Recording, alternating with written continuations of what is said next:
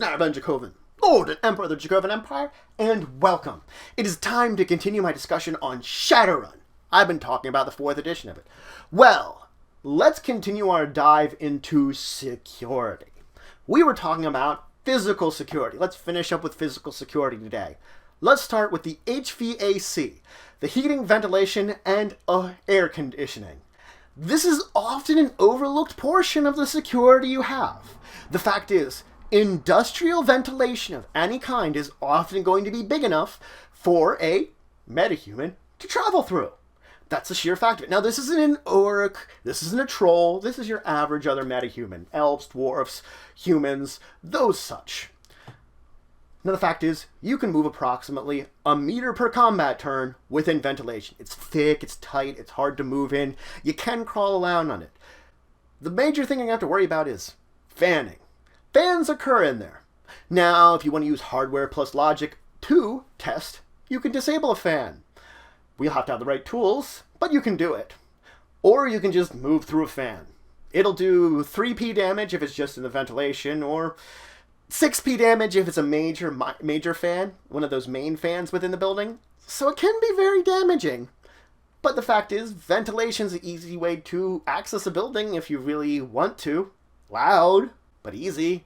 People are probably going to hear you moving through it, but easy-ish. Now, there can be special types of cooled systems that are made to basically eliminate antigens, pathogens, get rid of them.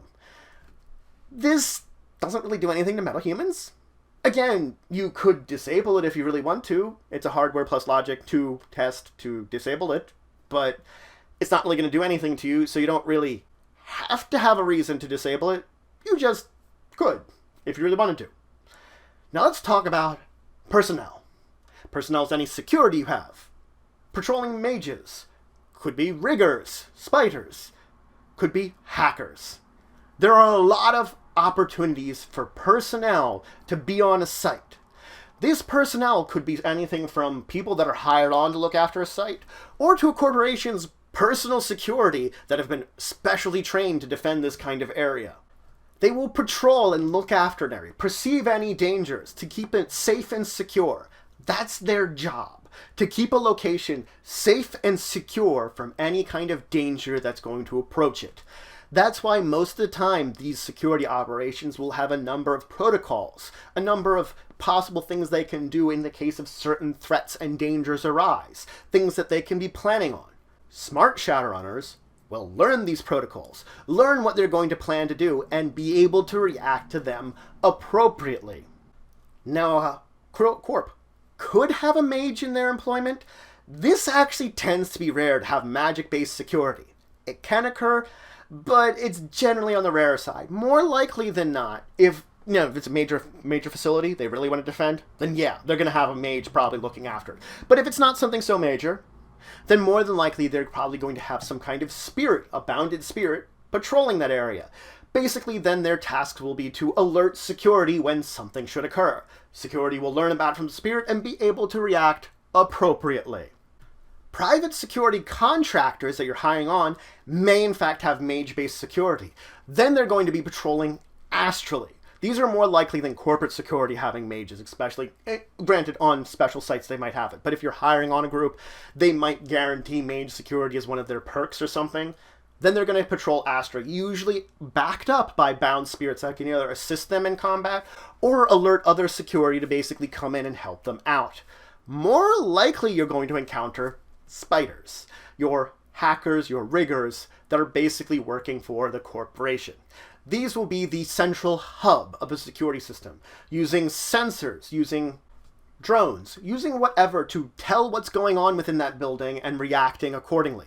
A lot of times, these folks will not even be on site. They're going to be remotely entering into the security system here and basically patrolling it both within the matrix and then using the sensors and drones they may have placed throughout the building to basically have a network of I'm watching out all over the place and checking out on things. This is probably going to be one of the more dangerous opponents you're going to be facing with when it comes to breaking into a place. Again, as these are much more common that you're going to have to deal with basically security on the matrix level. Now you might have guard animals. This is any kind of animal. It could be just a normal, mundane animal. It could be some kind of critter that you have. Or it could be either one of these things that has been enhanced. And by enhanced, I mean lots of cyberware, lots of bioware, making enhanced some kind of killing machine that's specifically set in a place to murder anybody that should enter. Because that's what it is. When you have a guard animal, it's put on an area to patrol it, to basically keep it secure, and to murder anything that's going in there. Whether it's basically a more mundane animal, a critter, or something that's been enhanced to a level that's insane, it will possibly be there to threaten to tear you apart and to eat you. Now let's move on from physical security and talk about technical security. Technical security is locks, sensors, alarms, scanners, etc. All this type of stuff is your technical security. And any place that's having any kind of thought about security whatsoever is going to have a level of technical security. Even if it's just a manager, even if it's just a mom and pop shop with a couple of scanners and maybe some kind of locks around, that's the basic level of technical security that if they want something, they're going to have it. Now, the possibility exists that they could have much higher levels of security that exist out there. It's possible. It can happen. But the sheer fact is this is the minimum amount that people will have something technical security. This isn't foolproof either. A lot of technical security can be hacked with wireless signals. It can also be activated directly through hacking too, or you could manipulate it physically. So there are three options that could possibly overcome this type of security. All the hacking rules, of course, we talked about them when we're talking about the Matrix. The physical manipulation, it's going to be a hardware plus logic test with a difficulty of 2 extended test taking you 1 combat turn. So this is better than just a test, it's an extended test. You are going to have the proper tools to overcome this technical security. But other than that, it's, you're influencing it, you're getting into there, you're breaking it. Now this is modified by things under the build repair rules, which are under skills. But also the game master, depending on the circumstances, device could modify the threshold or the interval it will take you to actually manipulate this thing. So this is just a standard. It can get more difficult. It could be maybe less difficult. But generally speaking, this is the basics that you're going to have to worry about when manipulating this physically. But that's it for today. I first finished up talking about physical security by talking about your HVAC, heating, ventilation, and air conditioning, and the basic rules of that. Then I talked about personnel. This is the big one. It's all your security people. It's all your mages, all your hackers, all your riggers, and all your critters/animals that could possibly be running into your players. That's what physical security and personnel-based security truly is. Then I moved on and talked about technical security.